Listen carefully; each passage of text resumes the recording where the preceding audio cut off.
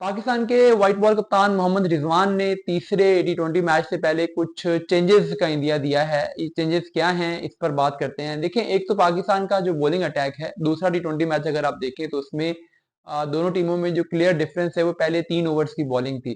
पाकिस्तान की पहले 3 ओवर्स की बॉलिंग में जो 50 रन बने हैं, उनको अगर आप 50 से कम करके 20 पे ले आओ तो ऑस्ट्रेलिया के टारगेट में 30 रन की कमी हो जाती है।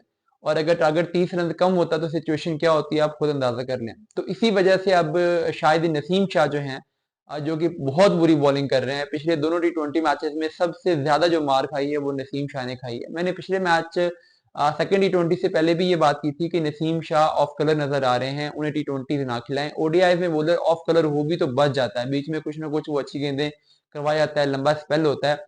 अब टी20 में बैट्समैन बहुत अग्रेसिव मोड में होते हैं और जहां पर कोई लूज बॉल मिलती है तो वो फिर बचती नहीं है। तो नसीम शाह के बारे में उस वक्त मैंने ये बात की थी कि उनको रेस्ट करवाना जरूरी है, उनको बाहर बिठाना जरूरी है ताकि वो समझे कि वो क्या गलतियां कर रहे हैं, अपने ऊपर काम करें। और उसके लिए पाकिस्तान के पास सेकेंड टी20 में बेस्ट मौका था, बट पाकिस्तान ने वो गंवाया।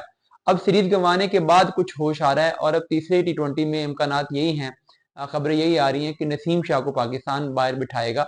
नसीम शाह पाकिस्तान की तीसरा टी20 शायद नहीं खेलेंगे और नसीम शाह की जगह पर पाकिस्तान एक ही पाकिस्तान के पास ऑप्शन है, फास्ट बॉलर ही पाकिस्तान ने लाना है, क्योंकि स्पिनर तो ऑलरेडी पाकिस्तान ने सुफियान वकीम को पिछले मैच में ऐड कर लिया था और सुफियान ने बहुत अच्छा स्पेल भी किया था। और साथ में अगर पार्ट टाइम स्पिन की जरूरत पड़ती है तो सलमान अली आगा हैं, इसलिए पाकिस्तान इसमें नसीम शाह की जगह पे एक फास्ट बॉलर ही लेके आएगा। और उसके लिए जो ऑप्शन आपके पास है वो जहांदाद खान का ही है।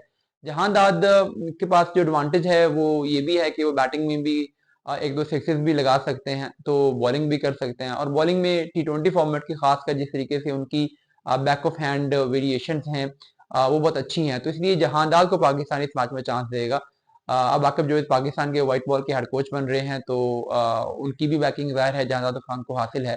तो जहांदाद पाकिस्तान के लिए इस मैच में खेलेंगे और नसीम शाह बाहर बैठेंगे। इसके अलावा जो दूसरा चेंज हो सकता है पॉसिबली, ये 50-50 है, कंफर्म नहीं है, वो हो सकता है साजिदा फरहान का।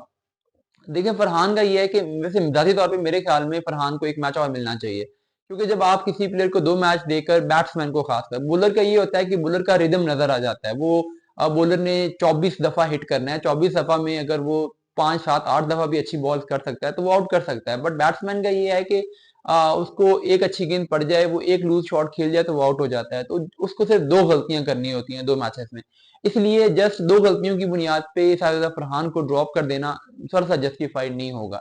तो मुझे लगता है कि अब आप उसको लेके आए हैं तो उसको थोड़ा सा चांस दें, उसको तीसरा मैच भी दें, ताकि थोड़ा सा क्लियरली अंदाजा हो जाए कि वो क्या करता है। हो सकता है कि वो तीसरे मैच में स्कोर कर जाए। तो एक प्लेयर जो कि डोमेस्टिक क्रिकेट में इतना लंबा परफॉर्म करके आया है उसको खेलना चाहिए, लेकिन ये चांसेस हैं कि साजिदा की जगह पर हसीबुल्ला को खिला लिया जाए। लेकिन हसीबुल्ला को अगर आप खिलाना चाहते हैं तो आप उसको जिम्बाब्वे की सीरीज दें और जिम्बाब्वे की सीरीज में उसको सारे मैचेस दे दें। ये वाले जो मैचेस हैं ये सारे मैचेस आप साइदुल्लाह को दे दो तीसरा मैच भी, और उस सीरीज की पूरी सीरीज आप हसीबुल्ला से खिला लो, ताकि एटलीस्ट प्लेयर्स को ये तो होना कि हमें फेयर चांस मिले। बल्कि मैं तो ये भी कहूंगा कि आप साइदुल्लाह को जिम्बाब्वे वाले टूर में भी मैचेस दो, उसके बाद फिर अगर आपने चेंज करना हो तो कर लें। एक बैट्समैन को 5-6 मैचेस मिलने चाहिए अपनी एबिलिटीज को शोकेस करने के लिए। तो ये है कि अब साहिबजादा फरहान जो हैं उनके चांसेस हैं कि उस मैच से ड्रॉप हो सकते हैं, बट ये 50-50 मामला है। नसीम शाह वाला जो मामला है वो कंफर्म है कि वो इस मैच से ड्रॉप हो रहे हैं।